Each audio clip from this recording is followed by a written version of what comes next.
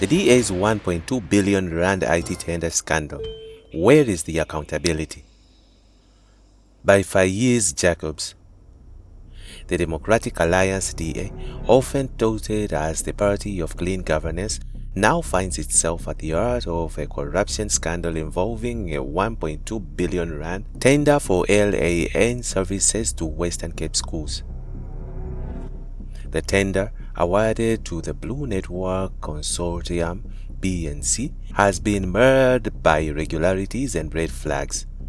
Despite SITA's State Information Technology Agency recommendation to cancel the tender, the Western Cape government, led by Premier Alan Winde, proceeded with the contract, raising serious concerns about transparency, fairness, and corruption. A forensic report by Cliff Decker of Mayor Inc. revealed multiple issues, including the submission of conflicting pricing options by BNC, which should have disqualified them. Only 3 of the 11 bidders met local content requirements, and Dimension Data, a major bidder, was disqualified unfairly on a technicality. The report calls for the re-evaluation for the tender, but thus far, no decisive action has been taken by the DA-led administration. Where are the opposition and the hawks? This scandal begs the question, where is the outrage? Opposition parties such as the ANC, EFF, and GOOD, who should be demanding accountability, have been remarkably silent. Furthermore, law enforcement agencies like the Hawks and the Special Investigating Unit SIU, which are quickly to investigate corruption cases involving the ANC, have yet to act on this major corruption case in the Western Cape. Why is there selective enforcement of justice when it comes to DA corruption? If this were an ANC tender scandal, the streets would be filled with calls for accountability, investigations would be swift, and the media would relentlessly pursue every lead. But in this case, we see nothing but silence. A history of DA corruption. This latest scandal is not an isolated incident. The DA has a long track record of questionable dealings, especially in Cape Town and the Western Cape. Grand Twig sanitation irregularities.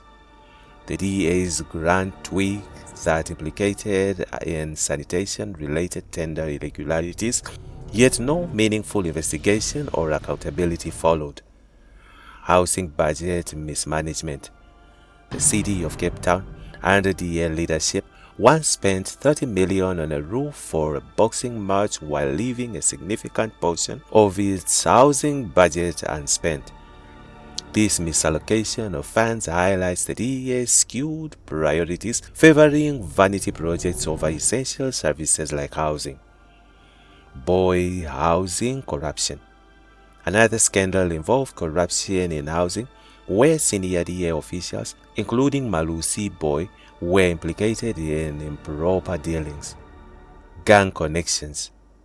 There have also been allegations of DA politicians having political ties with known gang bosses, further tainting the party's image. The hypocrisy of Cape Town's voters. Yet the most glaring hypocrisy is not just in the actions of the DA, but in the complicity of Cape Townians. Where is the public outcry? If these scandals had involved the ANC, the streets would be awash with protests. But when the DA, the supposed clean governance party, engages in corruption, there is a disturbing silence. The DA is no different from the parties they criticize, yet the people of Cape Town continue to vote them into power. Why are you not equally outraged? It's time to demand answers. The people of Cape Town need to ask themselves why they tolerate such blatant hypocrisy. Why is there no anger when the DA is implicated in corruption? Why are you not holding them accountable with the same favor you would if ANC were involved? It's time for the Hawks to investigate this tender scandal thoroughly and for the people of Cape Town to stop enabling corrupt governance by their silence. Demand answers. Demand better. This is your city, and your voice should matter. If you remain silent, you are complicit in the corruption that the DA perpetuates. Cape Town, it's time to wake up. Faiz Jacobs is a former ANC MP. He writes in his personal capacity. The views expressed do not necessarily reflect the views of IOL or independent media. On the other hand, probe every deal inked by Kabelo Kwamanda on behalf of the city of Joburg, Democratic Alliance says. The Democratic Alliance DA is calling on the city of Johannesburg to institute an investigation into the activities of former Mayor Kabelo Kwamanda after he was arrested for fraud which allegedly happened before his tenure. IOA reported on Sunday that Kwamanda, who is an Al Jamaa councillor, was arrested in connection with an alleged funeral policy scam which he allegedly ran from 2011 through his company, Itemba Lama Africa. It is alleged that the former mayor conned innocent Soweto residents into the scheme, where they paid monthly payments for funeral insurance. He operated the business from 2011 and then allegedly ran away when policyholders tried to claim from the scheme. Speaking to Broadcaster Newsroom Africa, DA Johannesburg Caucus leader Belinda Kaiser Ejonzonjoku said the city of Joburg should examine Kwamanda's conduct while he proceeded over the affairs of South Africa's economic capital.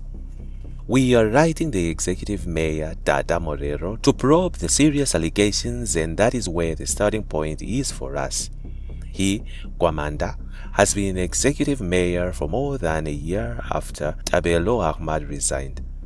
We want to also investigate what kind of agreements and where he put his signature on anything that has to do with documentation and agreement on behalf of the city, she said.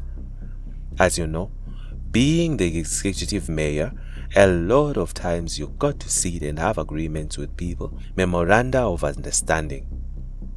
How much damage could he have possibly caused? Everything that he has been involved in should be investigated, including now as the MMC of Community Development. Geisa Ashenzonjoku said Kwamanda should step aside until he is declared or gets convicted on the fraud allegations swirling around him. Earlier on Monday, IOL also reported that former Joburg Mayor Dr. Mpo Balete has welcomed the arrest of Kwamanda. He has since been released on bail. Balate initially led the charge against Kwamanda, raising the alarm that Kwamanda was accused by Soweto residents of defrauding the poor community members. And that's it from Egypt's Network. Stay tuned to our celebrity and gossip news.